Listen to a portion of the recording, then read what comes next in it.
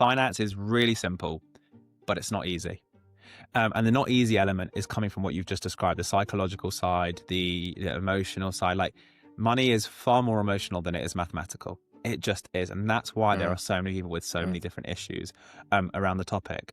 But I keep stressing that finance is really simple. I could probably sit someone down and within 30 to 60 minutes, give them every single piece of information that they would ever need to know around the topic of money. But I could probably say that in most of those scenarios, that person will still be struggling a month later. It's not a lack of knowledge. Like, it's not a difficult subject. It's a lack of practice and actually implementing.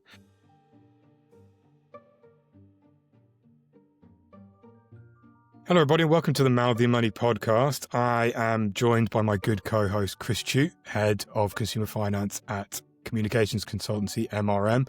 As per usual, Chris, hello, how are you doing? Not bad. Yourself? Yes, good, actually. Very good. I think we've got a really, really interesting topic today, which I'm going to dive straight into here.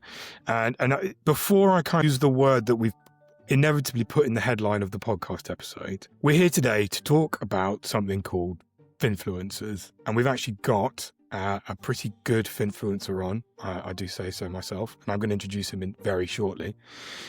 But I just wanted to, before we dive into that, Chris, let's unpack what the word finfluencer means, because I don't think it's actually necessarily a household term. So what we're talking about today is people who use social media as a platform in order to have conversations about money and finance with a broad spectrum of people. And my question to the audience is do you follow somebody like that? Is there somebody online who you swear by? It might even be our guest, because he's got quite a lot of followers. With that, I'm going to introduce him. Gabriel, welcome to the podcast. Hello. Hello. Thank you very much for having me. No, it's brilliant to have you on. So Gabriel Nussbaum goes by That Money Guy on social media. He's got a huge following on TikTok and several other platforms, I'm fairly certain. And he is what we would call a finfluencer. I think the phrase that he gave us beforehand was a personal finance creator, which I think is perhaps a more succinct way of explaining it, if that's right. Would that be fair, Gabriel? Yeah, it's just what I go by. I've heard many terms utilized to kind of like describe what I do for a living. To be honest, it's a fairly new thing, so I'm sure it will still kind of be formalized over years to come. But personal finance educator is what I've gone for at the moment. So today, what we're gonna really dig into is understanding a bit more about what finfluencers do. How you can kind of understand who a trustworthy one is, whether there are untrustworthy ones out there. Gabriel's going to tell us a little bit about his journey to becoming a personal finance creator and using social media to have that conversation with large scale audiences, and really just, I think give that overview and help people take away a little bit, more what they should look out for and what the potential benefits are of using social media as a place to access personal finance information and ideas. So Gabriel, with that, tell us about your background. How did you go from being just Gabriel to being Gabriel Nussbaum, That Money Guy on TikTok? To try and keep it nice and brief, my background is actually I studied engineering, and then I went on to work in kind of corporate finance as a graduate scheme when I left university at Barclays. And you might assume that potentially my financial education and training came from working at one of the largest financial service and institutions in this country. I can confirm to you here live for the first time, not for the first time, that it did not. Everything I know about the topic of money is self-taught. So I grew up kind of being that kid being asked, oh, what is the best savings account right now? Oh, what should I be doing with my money? All that kind of stuff. I've been investing, since as soon as I could when I turned 18. So I've always really had like a real, weird drive to be the best that I can be with my own money. And that was kind of recognized from inner circles. That crossed over with my second weird passion, which was education, online digital education. I loved learning from other people, creators, YouTubers online about a whole range of topics. Like, for example, when I got really interested in the topic of running and wanted to run a marathon, I'd go straight online and start to teach myself, because there's so many good free resources on how to do that. And then it got to the point where I actually decided, well, I would love to kind of teach something myself. I like consuming, so why not produce at the same time? And so about at the same time that I started at Barclays, I started this little YouTube channel. It was just my name, Gabriel Nussbaum. And I talked about a whole range of things that I would describe as you learn outside the classroom. But it very quickly became clear they were all related to money. I was kind of utilizing money as that core educational theme and topic. So I decided to kind of double down and go into that. And that's also around the same time that I started on short form, which you might know as TikTok or Instagram, Reels, and those kind of platforms. And I think that's where my messaging really started to take off, because I've always had a bit of a talent at breaking down complex things and making them really simple to understand. I guess maybe that's my engineering background a little bit. Um, and yeah, I absolutely fell in love with it. And for the past coming up to 5 years now, I've been creating as many small pieces of financial education and putting them online, working with some of the biggest, institutions and companies in the country to try and essentially do one thing, which is make people better with their money. It's really interesting change. You mentioned you've been doing it for 5 years, Gabriel, but things have absolutely exploded in the last couple of years in terms of finfluencers and that sort of short form content really starting to get through. And you can see from the engagement of your audience, I think you've got 1.3 million people following you on TikTok, which is no small amount. Multi-millions of views on some of your most popular videos. That there is a desire for people to have that education. And as somebody who's worked in sort of financial services comms for nigh on 20 years, it's quite refreshing to see that actually, there are people like yourself out there who are breaking down these kind of complex ideas or perceived to be complex ideas. And it can be easier for individuals to do that than organizations who find themselves sort of, without getting too much into the weeds of it, tied down by things like, regulatory requirements and red tape and, all the things that go with working for sort of large companies or mid-sized companies who want to talk about finance. They've got, you've probably got more of a talent and also an ability to tell that story in a way that's more accessible, and it shows that it's needed. So there's something I've been pushing for a long time. But one question I did want to ask you was, obviously you started this channel 5 years ago, and there's a little bit of, making it and putting it out there and crossing your fingers a little bit that you're kind of hitting all the right notes, I suppose. But what was your first viral post, and how did it change the way you thought about money content? How did you stumble upon the formula you find now in terms of the way that you present it? And why do you think that works? My first ever viral post was a skit. So a lot of my content I do in skit format, which is to explain, like, I have a conversation with myself. I just play two characters. One is more like the questioning, slightly less educated character, and the other one obviously delivers the answer and the information. The reason I do that is because you need to trick people into learning. That's always been a format when you're trying to teach someone something. Social media is typically a place that people go to escape, to wind down, to relax, to be entertained. They don't really want to have financial education shoved down their throat, which is kind of why I did that. And that video was about lifetime ISAs. It was a 40-second explainer, and I think it reached over 3 million people.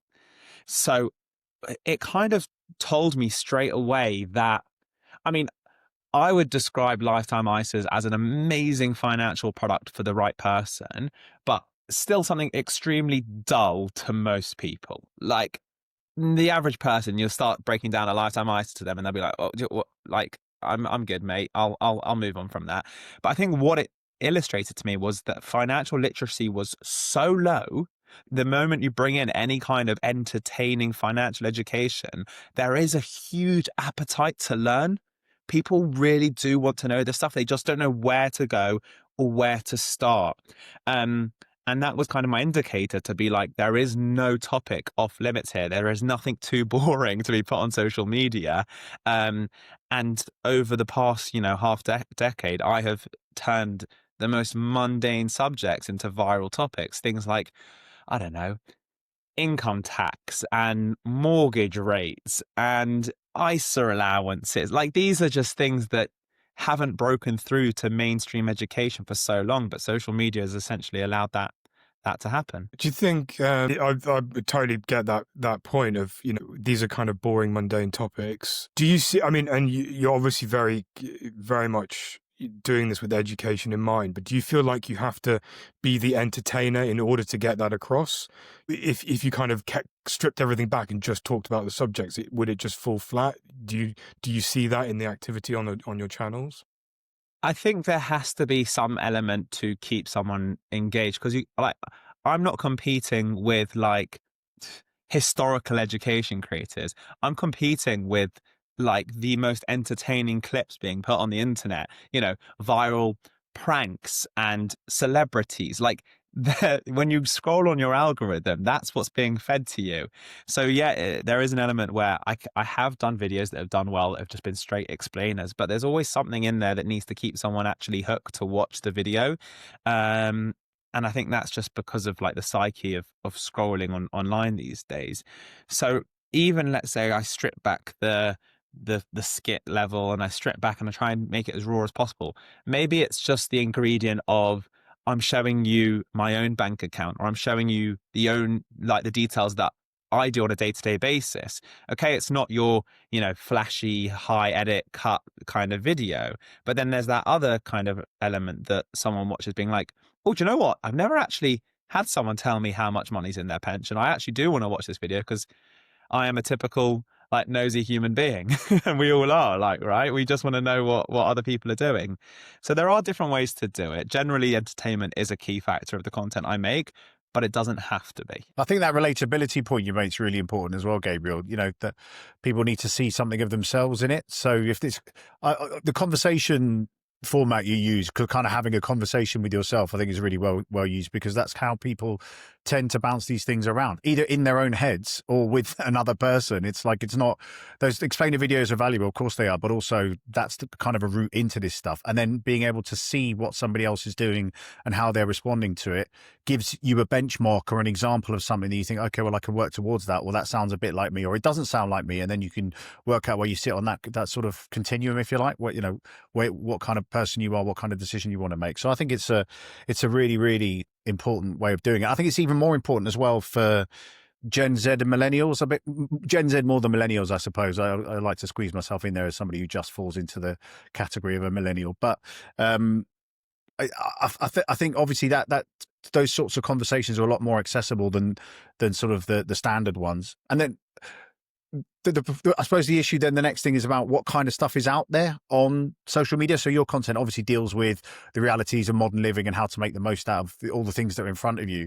But, be remiss of us not to mention that there are loads of people out there who are hawking get rich quick schemes and all the rest of it, or creating kind of issues around that. So I was just wondering, what kind of financial myths have you encountered doing your work, and or what have you been able to bust from a kind of financial myths point of view for Gen Z in particular, but also for millennials? Well, I guess I kind of have to ask you off the back of that, by financial myth, do you mean like other things that are being touted online, things that other people are saying, or common misbeliefs that the average person has around the topic of money? I think common misbeliefs. Let's go with that, and then maybe we can move on to the more misinformation side of things. But yeah, just general sort of people wandering around, not necessarily aware of things. Because, it's one of my biggest bugbears when I speak to friends is the simple stuff that they're missing that can make real difference over a longer period of time. So what kind of stuff have you encountered? What kind of feedback have you got about that? Yeah, I'll give you two examples. One a little bit more technical and one a bit less. So the first one is breaking down income tax. I've made a few videos breaking down simply what happens when you fall into a higher tax bracket and how that affects your salary. You don't actually end up with less money in your bank account. You just end up being taxed on the, amount above a threshold in 99.9% of cases. I know that there are some things around the £100,000 mark that we can dive into another day. But when I make that piece of content, you get a kind of like range of comments being like, this is obvious. Like, why are you explaining this topic? But then if you actually dive into the comments, you just get that one comment from, like, I don't know, Sally, who lives maybe up north somewhere in her early 30s, just going, I actually turned down a raise just now because I thought I didn't want to pay more tax on my salary. And I genuinely thought that it would affect my entire salary. And I was just like, well, then it's not worth earning that higher amount. In fact, I had someone say that to me in person last week. They said, I watched your video and I just was about to turn down a raise and I didn't do it because I watched your video and I understood how tax works. And so like I said, it seems really obvious, but there's a huge number of people that just don't ask the question because it's too embarrassing to ask at some point. You're earning a salary. You should know how a salary works. So simply you make up your answer rather than go, wait, how does tax on my salary work? Because you're kind of like, well, surely I should know that, so I'm not going to ask. But people are taking home less money at the end of the month because of a lack of information and a lack of education. So that's one that's maybe a little bit more obvious. But maybe if we go into the specifics, I don't know if you remember, I think it was now last year, there's all these articles about how HMRC are going to clamp down on people earning more than £1,000 through trade. Remember, they were going to go into your eBay account and they were going to go into your Vinted account, and they were all of a sudden going to dive into it. And if you're earning more, you're going to get fined if you aren't paying your tax levels. And there was pure panic and chaos across the internet of people going, I think I sold an old fridge last year for more than £1,000, and I don't think I paid tax on that. And there was just, and it was funny because this wasn't a new law and this wasn't a law being changed. This was just the powers of HMRC to kind of regulate this law that already existed around how much you could earn through trade before you had to start paying tax on it. So I broke down a video on that. And again, all I was doing was explaining to people, if you are just selling something on the off, like an old something that you're listing online, you're not trading. That's not what you're doing. You're not doing this for profit. You're just selling something old in your cupboard. If you were, however, going to your local fridge supermarket, buying 35 fridges to try and flog them for profit online, that's who they're going after. And I know that's a bit of niche, like UK law and knowledge, but because something was announced by the news and then it wasn't really followed up with a lot of people breaking it down, that allowed me to kind of plug the gap within society to be like, for the average person who's now not going to go and research this themselves, let me give them the knowledge. They're not just sat there panicking. And so those are two great examples where I guess people have learned something, myths that have existed online or have been created, and I've been able to kind of fix them for, I guess, the few people that watched that video that I put out there. Yeah, makes sense. I think, are there any kind of, obviously the income tax one must be something that you're obviously coming up against quite a lot. Are there any other kind of mistakes that you see followers kind of routinely make that it's kind of like, I have to explain this yet again kind of thing, or anything that's just something really glaring that is so common? The most common thing is just like, I don't know how to save. I just don't know how to save money. I don't know how to save money. I wish I started saving sooner. Like, these are the comments that keep coming up and up and up and up again. And they're very kind of like there's no, the fix is obvious. It's like, well, just put some money away, right? If you don't know how to save. But I guess the common mistake that I see that keeps coming up again and again and again is that people think they need to be at a certain level or be a certain kind of person to start saving. So they'll say, I'm bad with money, so therefore I don't save. Or I don't earn enough, so therefore I can't save. Or like, I've only got £5 at the end of the month. What's the point in even trying? And often my answer to them is there's no magic, like, finance and financial education is actually really simple. There's no like tricks per se. It's a lot of it is, if you earn X, don't spend more than X. If you earn £1,000, don't spend more than £1,000 in a month. Try and increase that gap and repeat that on a long-term basis. And eventually you're going to end up with some savings that you can do some things with to help kind of, beyond just that current version of yourself. And so that's why I tell people, like, just start putting away something. That's often the repeated information I'm giving. Just start growing a habit nice and early. So it's not like a mistake people are asking. I think it's just more like, because there's no education, people think that like there is a magic answer. And all I'm trying to do is plug the gap and just say to people like, no, it really is as simple as you think it is. It's just about growing a habit. Ultimately, a really difficult one. It's a difficult habit, but it's an obvious one. You know what to do. It's just hard to do it. Yeah.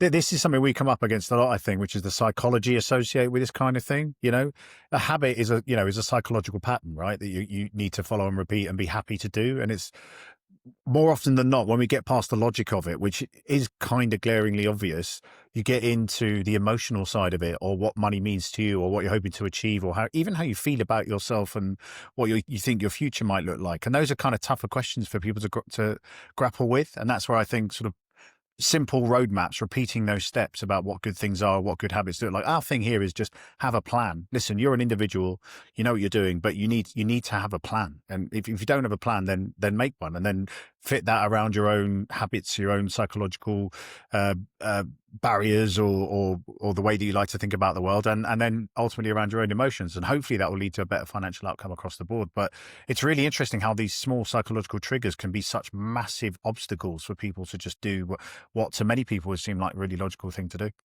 Yeah, absolutely. I've often said, I say this the whole time. I say finance is really simple, but it's not easy. And the not easy element is coming from what you've just described, the psychological side, the emotional side. Like money is far more emotional than it is mathematical. It just is. And that's why there are so many people with so many different issues around the topic. But I keep stressing that finance is really simple. I could probably sit someone down and within 30 to 60 minutes, give them every single piece of information that they would ever need to know around the topic of money. But I could probably say that in most of those scenarios, that person will still be struggling a month later. It's not a lack of knowledge, like it's not a difficult subject, it's a lack of practice and actually implementing. Um, if you watch my content online, you'll probably hear the same things being said again and again, just being dressed up in different ways because there isn't that much to say. There's all, okay, there's a few different tricks that I can come up with, but they're all kind of pointing towards the same, like 4 or 5 steps, really. Um, all my job is to redress it and kind of dress it up in a way that attracts a new audience that makes someone in that demographic finally go, oh, it's clicked for me now. I've got it. I didn't explain it the first 37 ways you explained it last year, but that 38th way is the one that actually resonated with me. And that's the one that's going to actually change my life. Is there anything you've learned? Because obviously you've been doing this for a few years now, and you said earlier that you've kind of been you've been interested in money since you were young. Is there anything that you kind of learned now from working in this space that you would refer your 18-year-old self back to and say, you need to be aware of this, you need to know this? The same line that everyone says, oh, I wish I would have started investing and putting towards my pension so much more at that age of 18. I think that once you start to understand finances and get a little bit down the line, you realize that the power of time is it it it's crazy. Like I can't even put into words the impact that time can have on your money. And 18 is obviously that age where you take control and you're able to open a lot of different kinds of accounts, investing accounts. You can have pensions from earlier, but you know what I mean in terms of taking that self-control over a lot of those places. And I would just be emphasizing the amount of power that can be put into money at 18 versus even now, 10 years down the line at 28. Still huge amount of time ahead of me, but 10 years when it comes to compounding is a huge difference. So I think that's definitely one element that I would kind of teach myself. I'm constantly learning about money myself as well as I do this. I think one thing that I haven't even we have commented on, but it's glaringly obvious. I'm not a qualified financial advisor. I've got no qualifications behind my name. I often, when people are like, well, what industry can you compare yourself to the most? I would say like I'm a journalist in a way. I'm constantly researching and trying to share information that exists online. I'm not telling people what to do. I'm just sharing and resharing knowledge that I learn. I think the other thing that I would say to 20-year-old me that probably, or 18-year-old me even, that was probably saving a lot more than the average 18-year-old is that whilst that pressure that I've just put on myself of put away as much as you can, as young as you can, because of the power of time is so important, there's also this other huge element that life is to be enjoyed. And it's not all about what the number in your bank account is. So I know that I've just said 2 contradictory pieces of information. One is save as hard as you can at 18. The other one is you're 18, do things that you're never going to do again because you're not going to have the same opportunity. I think both of those have a huge place in society. And often what happens is one of those 2 camps makes the loudest noises because they're polarizing, right? There's the idea of YOLO that came out a long time ago. And I can't believe I've just said the words YOLO out loud again because it sounds like I haven't said that in like 15 years. But this idea You're, that like you're on safe grounds here, Gabriel. well, it's been recorded, so probably not so safe, right? Because you can now replay that in my ears for forever to come.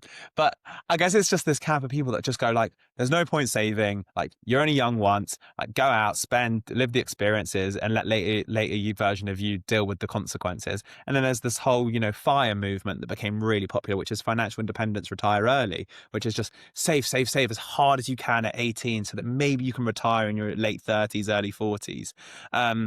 But I try to kind of be that middle ground, which is like, there's a reason why they're both saying really good points because they're probably both right in some element.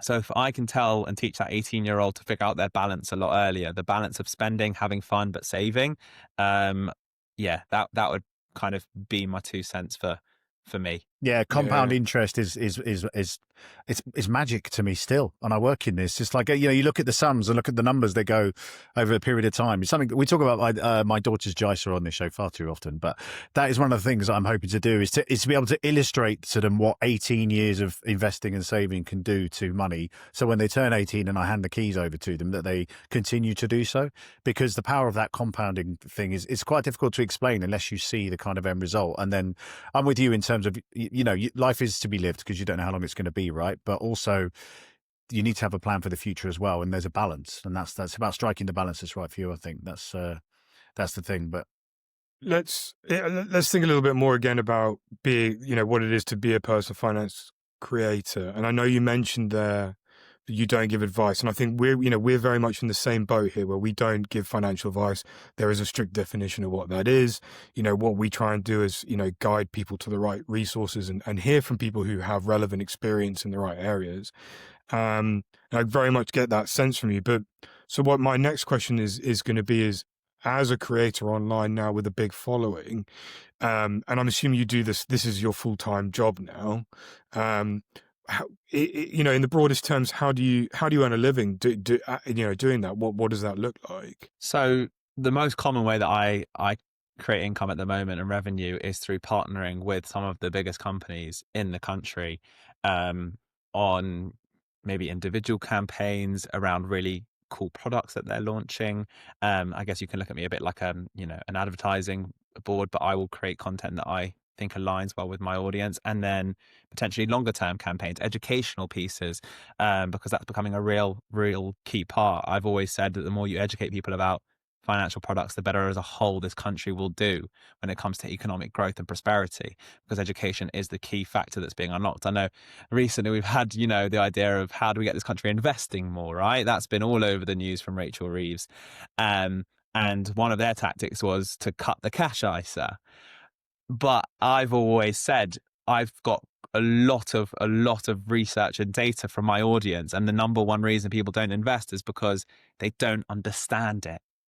They're not going to just suddenly invest because you strip something away from them. They will start to invest once they have the knowledge, the tools, and the security to do so. So those are like some of my favorite campaigns that I've worked on. But to kind of, I suppose, give you a little bit more detail as to how that might look.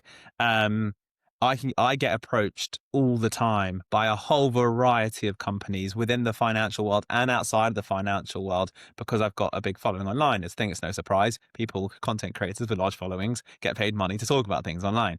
But for me, I am so protective over my audience that I turn down. I would love to show you the amount of companies and products that I turn away, because it's just more important for me to work with the right company than to get paid, if that makes sense. So I normally look for them to Yeah. tick like not one, but as many of three boxes as possible, which is, number one, are they relevant to my audience? If you're not relevant to my audience, why would I advertise with you? It's just going to hurt my relationship with my audience.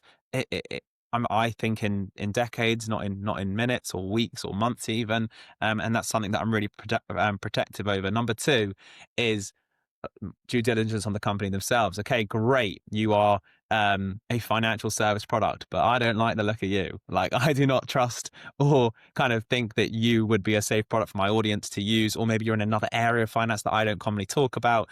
An easy example would be crypto. It's not a topic I talk about. So unless you're, let's say, one of the large platforms trying to do an educational piece, I might not be the right creator to work with. And then number three, and if it ticks this third bucket, it's like the easiest yes ever, is, do I already talk about you online, or do I already use you? Because if I am utilizing your product and I think so highly of you, then of course, and I'm already talking about you to my audience, even better for us to partner together, because that allows me to explore so many new avenues. And so if a company ticks all three of those, then of course I will jump on and I will look to make the best partnership possible. Now, the reason why I work with companies and partner with them is because the other revenue source that you'll see a creator utilize is their audience. they'll look to monetize their audience through maybe products or courses or memberships. And I'm not against that at all. I think that it can be a brilliant source, especially if you're adding value to your audience. But for me, at this stage of my career, would rather make the companies and corporations partner with them to earn revenue that way, which allows me to constantly produce free content and value for my audience. And that's the flow that I'm much more comfortable with right now. I once said to someone, like, I don't know how I would create a course asking someone to pay me money to teach them how to save the money. It just feels a bit weird in my brain to have that come out. So that's the reason that like most of my revenue comes in that format. Yeah. That's really, I mean, that's a really interesting point. I think this is where you can start getting into looking at the murkier side of the space, right? And this is not just financial influencers or creators per se. This is about kind of the whole influencer economy where you may be, and this is where some influencers run into trouble, is where they may be not a financial creator. They do something like, you know, they may be like, to use a stereotype, a former Love Island contestant or something like that. And they, you know, these kind of social media personalities have gotten in trouble in the past. They have had their, you know, wrists slapped by organizations like Advertising, you know, Standards Agency, the ASA, and these kind of things. So I think it's really interesting that you make that point, that for you, it's about showing brands that you've done due diligence on to your audience rather than just trying to use your audience. Do you think, and I'm going to ask a question with this, do you think that there are any kind of clear red flags that people should keep an eye out for when looking at these influencers online? You know, are there obvious signs that maybe the audience's best interests aren't in the heart of the creator? If you see what I mean. Yeah. I mean, a lot of the time it should just be common sense and a gut feeling. Like you can tell when something's off. If you've got these creators that have no idea about financial products, never have spoken about financial products before, and all of a sudden they are, you know, peddling a high risk, high reward financial product, as the example that you briefly alluded to there a second ago, it should scream red flag from a million miles away.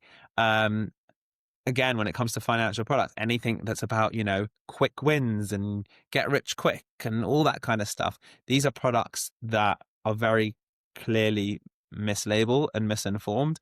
But the issue is that not everyone has the education to know what's a red flag and what's not. If you see someone you really enjoy, you really like their content, all of a sudden they're telling you they've found this great new next thing. Yeah, you might be like, cool, yeah, fine. I'd listen to them and everything else. Why wouldn't this be right?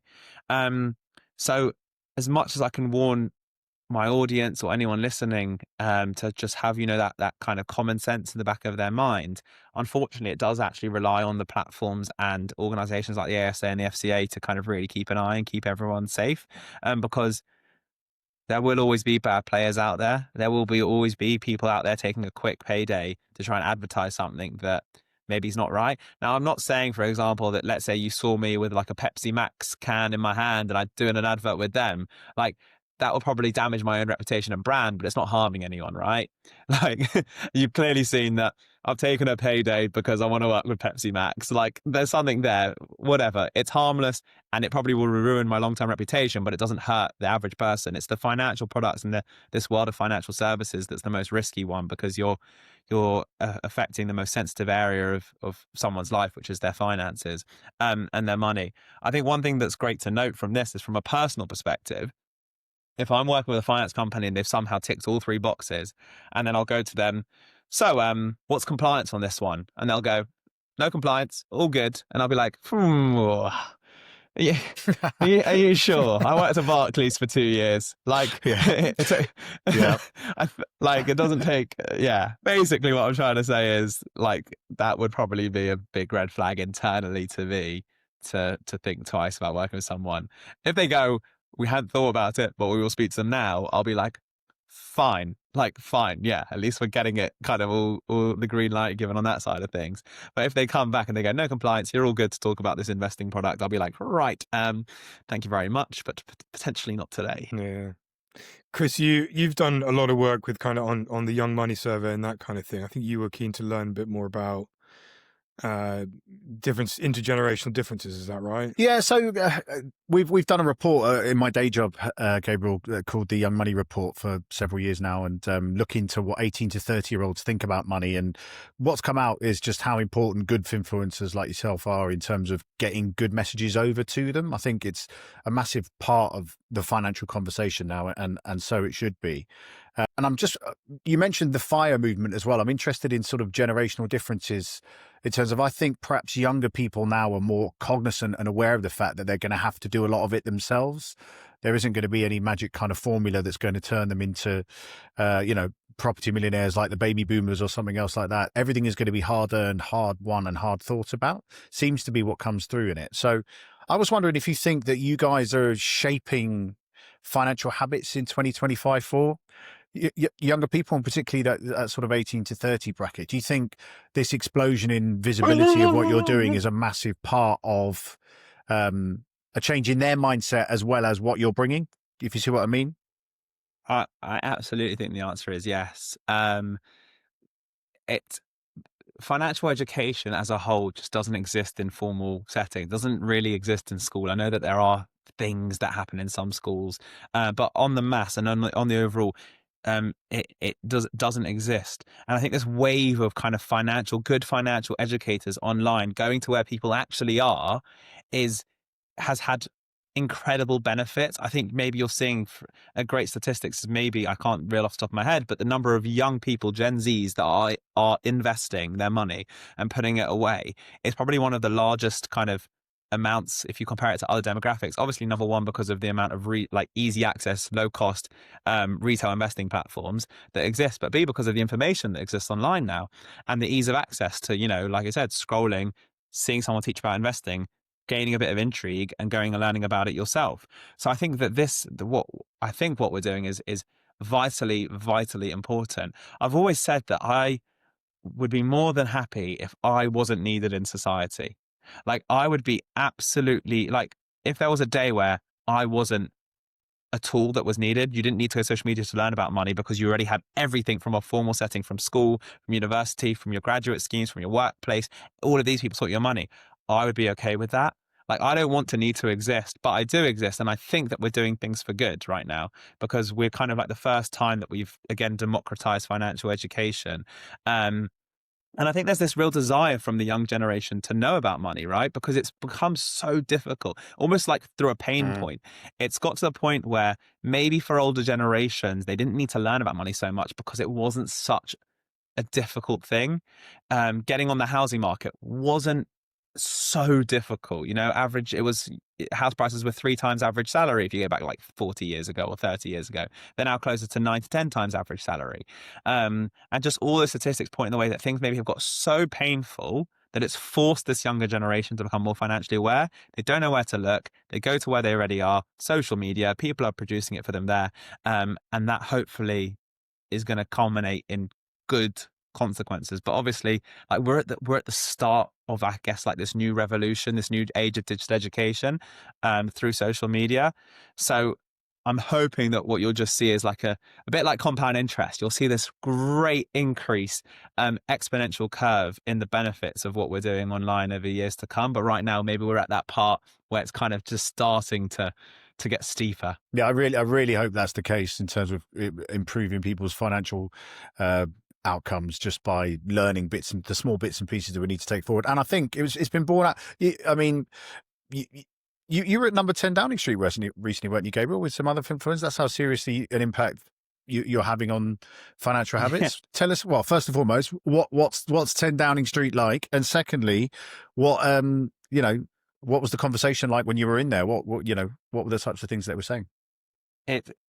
You seen Love Actually? Is it Love Actually, the movie? Exactly the same. I think so. Exactly the same. And if I've butchered the movie and it's a different one, I apologize. But you know the point. That yellow staircase does absolutely exist. It's pretty cool. And like you said, as amazing as it is like a personal achievement to be invited into Downing Street, I was actually invited to introduce the Prime Minister to a room full of content creators, which was like, I got that email and I was like, I think you've sent this to the wrong person. They go, no, it's you. And I'm like, okay, thank you very much. Like, I'd absolutely love to do that.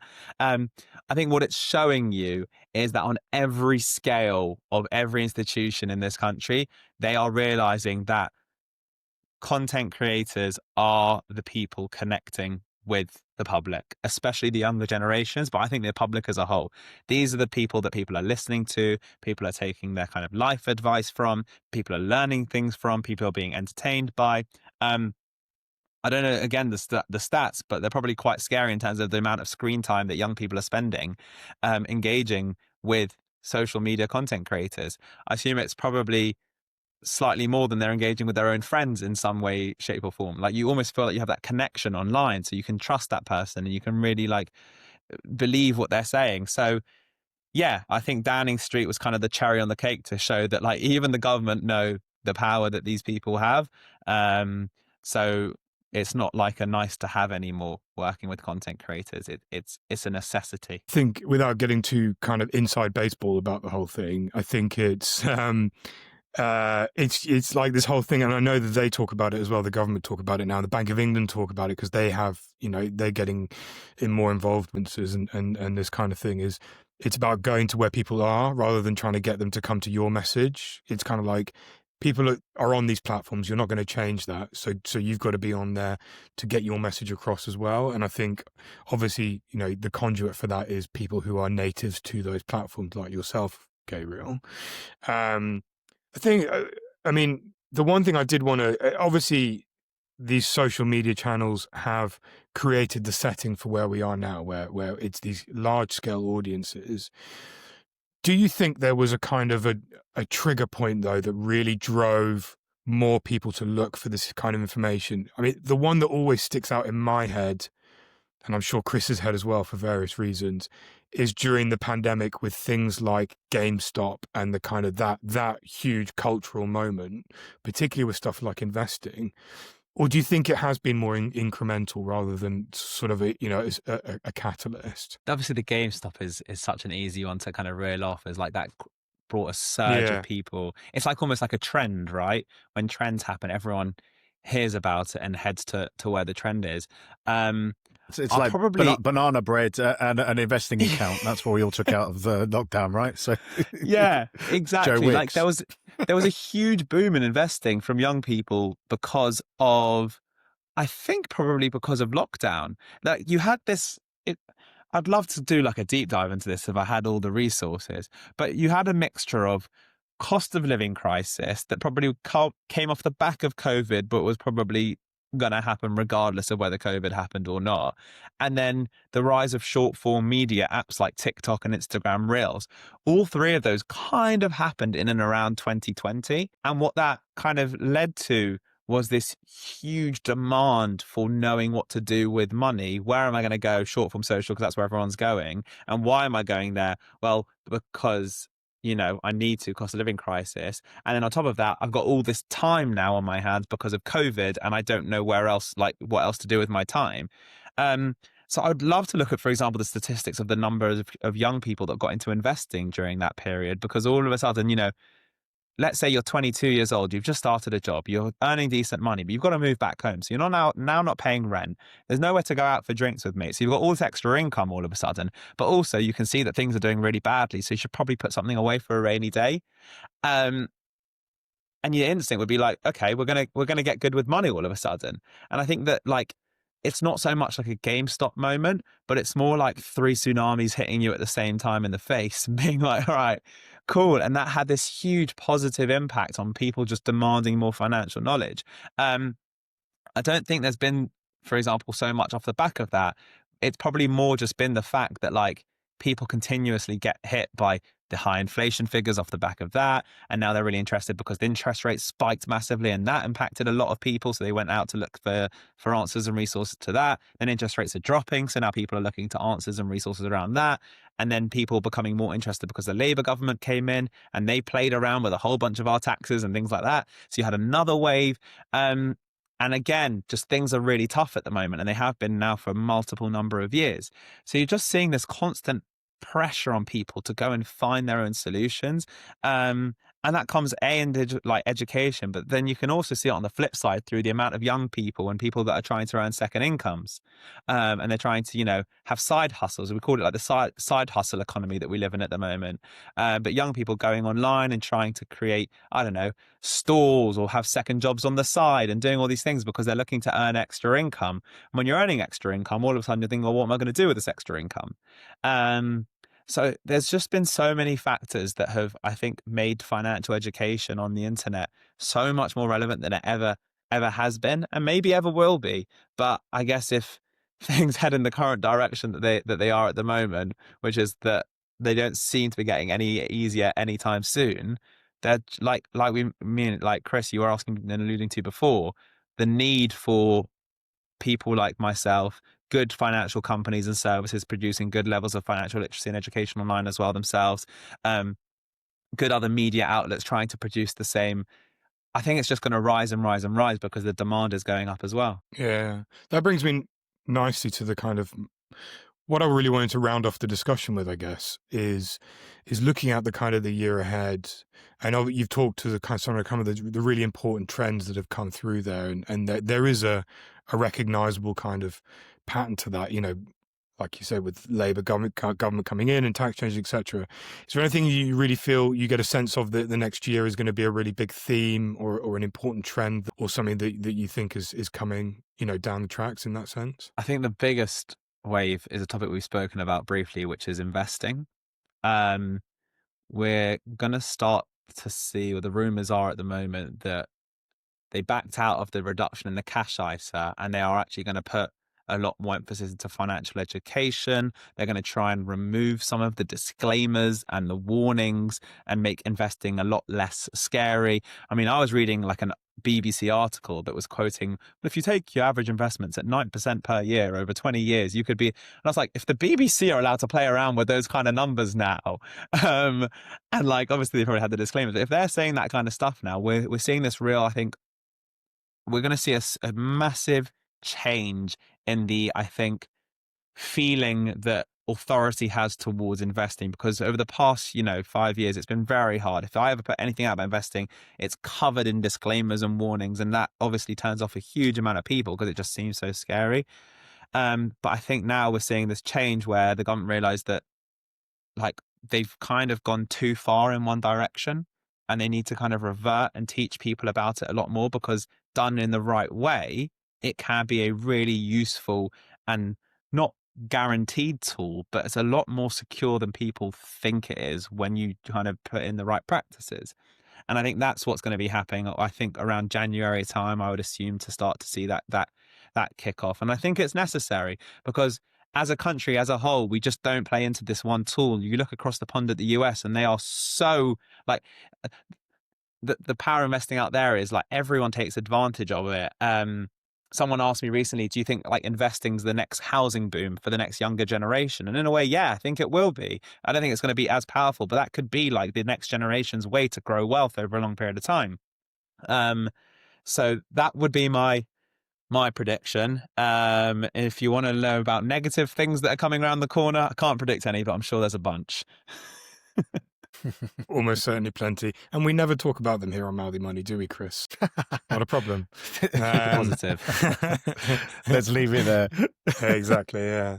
No, it's been really, really, I mean, I think it's such an important, area. It's not going away, and it's easy for us on the kind of, working on the financial services side and this kind of thing to, I think, willfully misunderstand what it is online personal finance creators are doing to an extent, but I also take heart from the fact that it sounds like that is beginning to change, especially because you are able to work with financial companies who get it. They understand that they need to be in these spaces, using and working with people like yourself, Gabriel, to get their message across, because that's where the people are. And I think that's my kind of big takeaway from this. Chris, I don't know if you had any other final thoughts. No, I think that's absolutely right. I'm under no illusions here about how important this stuff is, and how pleased I am to see good, honest to goodness, financial principles being discussed in a visible way. That's just always a good thing.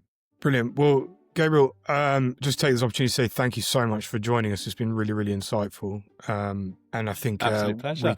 we'll definitely have you on again sooner rather than later, especially if you can give us more of the lowdown on the inside of 10 Downing Street.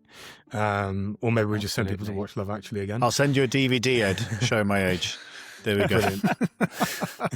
No, thank you guys for having me. This has been a really great conversation, an important one. And yeah, like I said, hopefully beyond all our industries mixed together, we're going to make change for good. Yeah. Just as a final takeaway for anybody who isn't already following you, what's the best way to find you online? And what are your account handles? Yeah, so if you just type in Gabriel, that money guy, onto any social media platform you choose, I will be there smiling and trying to teach you something about finance on there. Yeah, give us a follow if you like, and if you don't like, that's absolutely fine as well. Brilliant. Thank you, everybody. Thank you for listening. It's been an absolute pleasure. And with that, I shall say goodbye. Thank you and goodbye.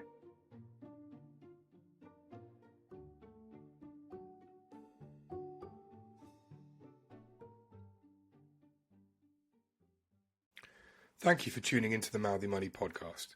Don't forget to hit like and subscribe on all our content. Follow us for more on your preferred podcasting channel, including Spotify, YouTube, or Apple Podcasts. Stay in touch by following our social channels on Instagram, TikTok, and LinkedIn. And don't forget to subscribe to the Mouthy Money newsletter on mouthymoney.co.uk. The Mouthy Money podcast is produced for general informational purposes only. It should not be construed as investment, legal, tax, or other forms of financial advice. If in any doubt about the themes expressed, consider consulting with a regulated financial professional for your own personal situation. Past performance is no guarantee of future results. Investments can go down as well as up, and you may get back less than you started with. Never invest more than you can afford to lose. For more information, visit fca.org.uk/invest smart for more. Thank you.